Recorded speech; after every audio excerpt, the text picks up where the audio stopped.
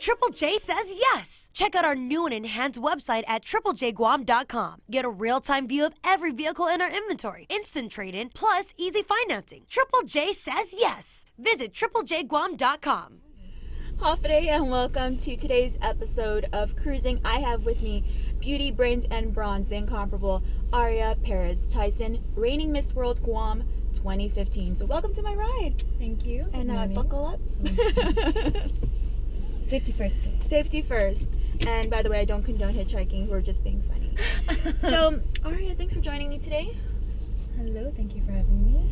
And I want to hear your Miss World Guam intro. So, Hafaday, come on, let's bring back memories. Okay, for all the contestants out there who have yet to do this, this is for you. Buenas din Hafaday, Guam. My name is Aria Perez-Theisen. I am 20 years old and I come from the beautiful village of Barragata.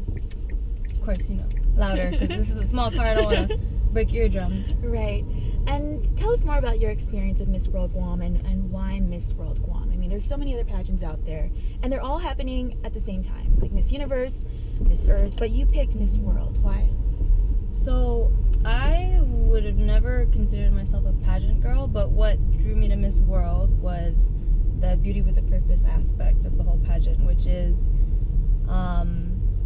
not just focusing on how beautiful the girl is, but how she uses that beauty to make an impact on the world. So everyone can be beautiful. You can have makeup, you can do your hair, you can figure out what works for you to make you beautiful, but in the world where you see so much, terror or, just sadness, you want to be the beauty in that world. So they're bringing that out in the women. So on Guam, I had a charity, the Guam Memorial Hospital Volunteers Association, and I raised a couple grand for them. And that AKA the Pink Ladies. The Pink Ladies. My mom is a Pink Lady. Shout outs to June Paris. Yes, that woman. She's a big part in my success, of course. She's always pushing me. And they actually just had their tea, so I'm sorry I missed that. The membership tea drive, so if you're just tuning in. So, why that association? What do they do? What's their mission? Their mission is to raise funds for the hospital for the patient care and experience. So if you go into the hospital and there's new machines, some of the money from those machines comes from the Pink Ladies. They work the gift shop. These are women who really spend all their time just trying to give back to the hospital because that's what they do. They're so sweet. All these ladies. They are so sweet. And I think there's like one guy in the group, right? Yes. Mr. Gordon is the honorary pink man. Pink man.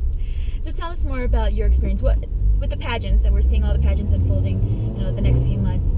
What's the hardest thing about entering a pageant? And I myself did a pageant the year before you. Oh yeah. And we can share the same experience. Probably share similar experiences. But what was the hardest part for you? Okay, for me it was 2 years actually going into it. I was not making up my mind, and I kept putting things above it.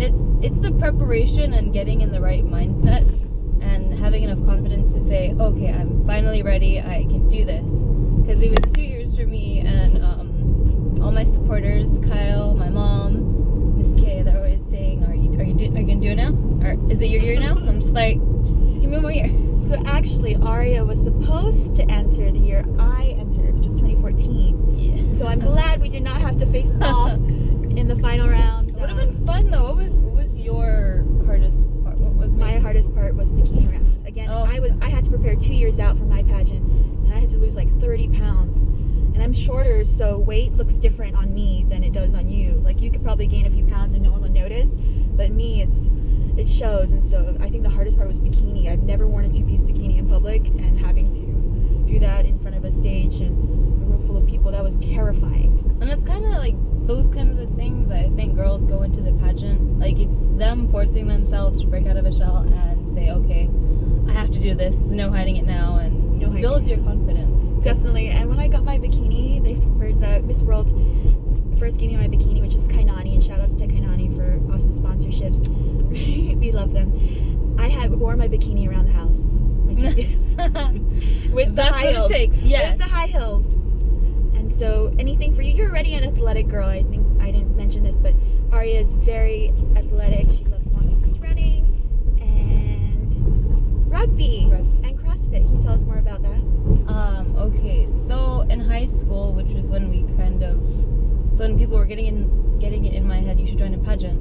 I was in I was in track, and I was doing very, very well in that. Running is kind of like my first sport that I've loved and put a lot of time into, and then I went away from that and kind of joined rugby.